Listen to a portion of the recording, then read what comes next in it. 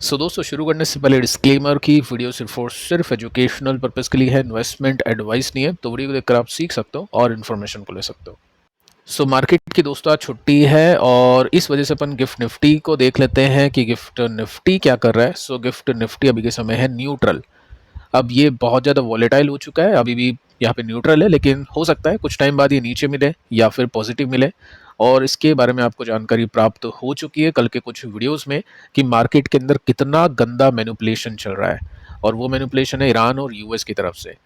कल तक हमने देखा कि यहाँ पे एक न्यूज़ आती है जिसमें ईरान कहता है कि हमने एक ड्राफ्ट तैयार कर लिया है और जिसके अंदर हम हॉर्मुज को ओपन कर देंगे अगले 1 महीने के अंदर, और यूएस के जो ट्रूप्स है वो भी हट जाएंगे। लेकिन ये ऐसा ड्राफ्ट है जिस पर किसी के सिग्नेचर नहीं है। अब मार्केट का क्या है, मार्केट तो न्यूज़ सुनता है, उसके हिसाब से रिएक्शन देता है।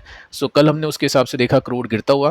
देखो क्रूड में काफ़ी ट्रेडिंग चल रही है ईरान और यूएस की तरफ से, ये चीज़ आपको पता ही है। ट्रंप का डेटा अपन ने देख लिया, ईरान का डेटा नहीं है, लेकिन आई एम श्योर कि वहाँ से भी काफ़ी अच्छा मैनिपुलेशन या जो भी एक्टिविटी है ट्रेडिंग मार्केट के अंदर वो चल रही होगी। जैसे न्यूज़ आती है, ईरान ने ऐसा कुछ कहा, क्रूड नीचे गया, लेकिन ईरान को पता है कि हमने जो बोला है वो गलत बोला है।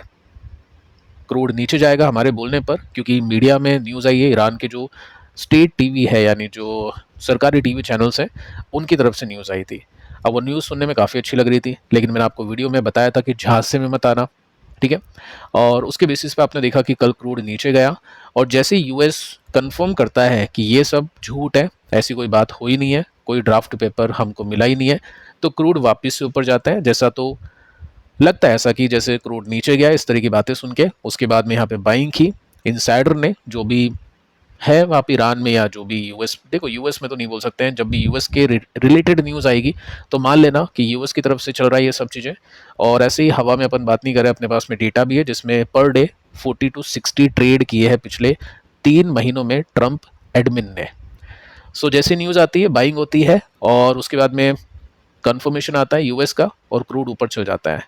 तो ये सब झोल झपाटा भी चल रहा है मार्केट के अंदर। रिटेल इन्वेस्टर्स को कुछ मिलेगा नहीं इस मार्केट के अंदर, तो बेटर यही है कि सेफ रहने की कोशिश करें फिनेंशियली, और अगर मौके मिलते हैं स्टॉक्स में नंबर्स के रिलेटेड तो डेफिनेटली फिर वहाँ पे ध्यान देना चाहिए।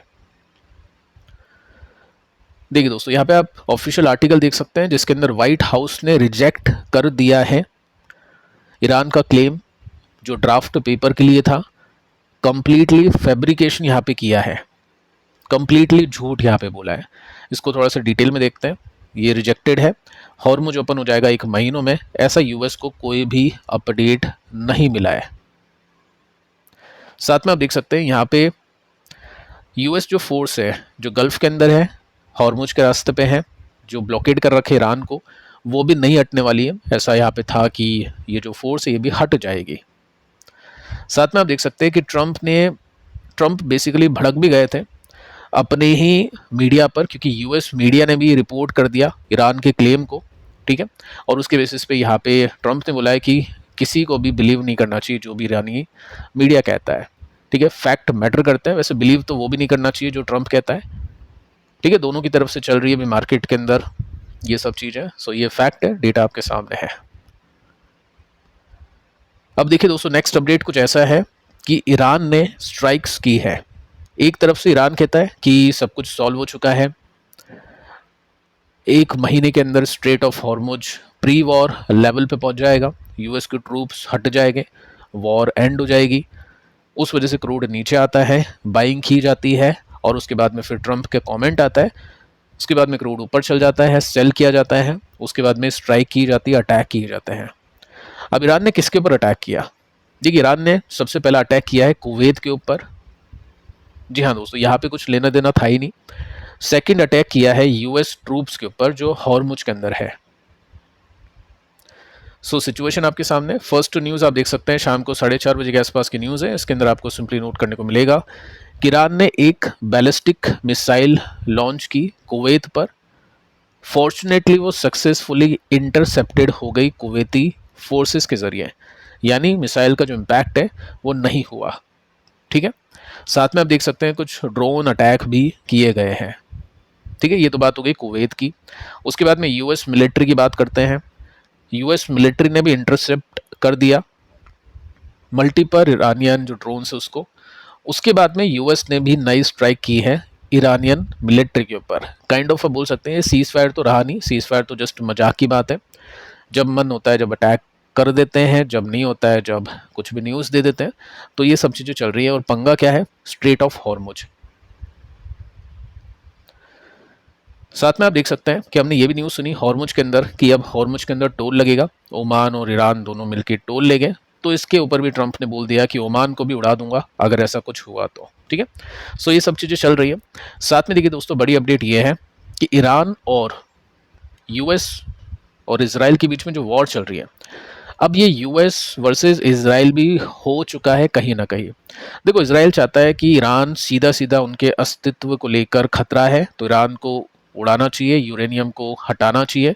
जबकि यूएस चाहता है कि डिप्लोमेसी से काम हो ताकि मनी भी मिंट होता जाए। तो इसराइल अकेला लड़ रहा है, इसराइल पाउंडिंग चालू है इसराइल की लेबनान के ऊपर। अभी भी फ्रेश अटैक हुआ है आज के दिन, उसमें भी काफ़ी लोग मारे जा चुके हैं। सो चीज़ें दोस्तों काफ़ी अगली तो नहीं हुई है पहले के कंपैरिजन में, बट हो सकती है अगर कुछ मेजर अटैक हो गए तो। फर्स्ट आपको ये देखना है कि जो भी ऑफिशियल न्यूज़ है उसी को मानना है, अग्रीमेंट होता है उसी को मानना है, और नहीं होता है तो ट्रेडर के लिए काफ़ी अच्छी एक देखो, ऐसा नहीं है आपको ट्रेड करना है, जस्ट एक सिंपल सा फंडा है, जो भी न्यूज़ आती है उसका उल्टा कर लो। अब यही देख रहे हैं हम कि वॉर खत्म होगी, क्रूड नीचे है तो फिर क्रूड बाय किया, ऊपर गया। अभी क्रूड ऊपर चल जाएगा टॉप पे तो न्यूज़ आएगी उसके बाद में। ये सब चीज़ें ठीक है, ये सब चीज़ें अपन देख पा रहे हैं चल रही है मार्केट के अंदर, तो इसके बेसिस पे चीज़ों को देखना पड़ेगा।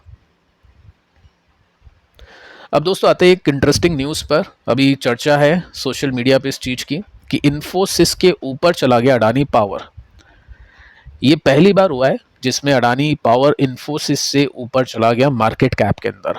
वैल्यूएबल हो गई ये कंपनी इन्फोसिस से ज़्यादा। वैल्यूएशन की बात अलग है, वैल्यू की बात अलग है। वैल्यू कंपनी का मार्केट कैप होता है, ठीक है। सो 11वीं largest by market cap company बन चुकी है और इन्फोसिस 12वीं ऐसी कंपनी है जो देश की सबसे बड़ी है।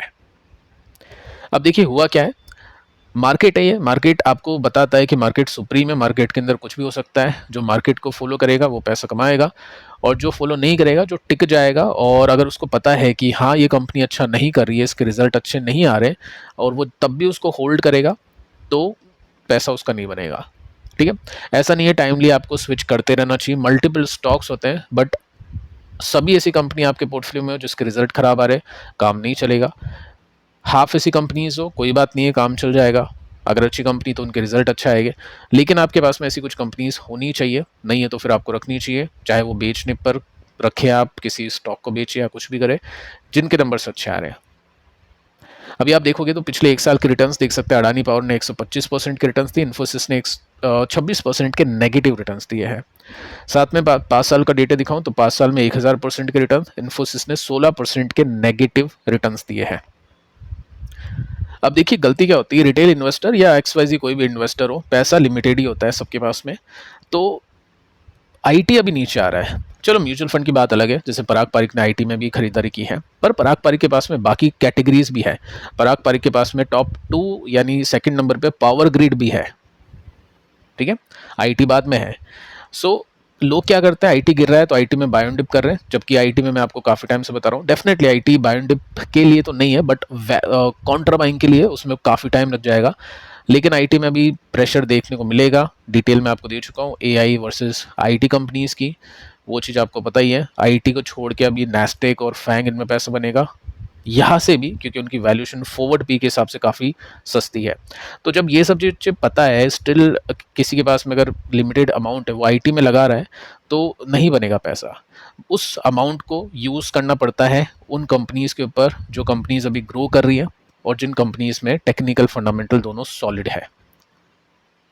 सो यहाँ पे आप देखोगे तो रिटर्न्स अच्छे बन चुके हैं। अगर मैं इसमें टेक्निकली दिखाऊं तो इन्फोसिस ने ब्रेक डाउन किया है, और मैं अडानी की बात करूं तो 2 बार ब्रेकआउट आप इस चार्ट में देख सकते हैं, जिसमें आपको सिंपली पता चलेगा कि स्टॉक नीचे गया, उसके बाद में थोड़ा रुका, यहाँ से ब्रेकआउट मिला, और वॉल्यूम आप देखो सीधा इंडिकेशन था पॉजिटिवनेस का, पॉजिटिविटी का।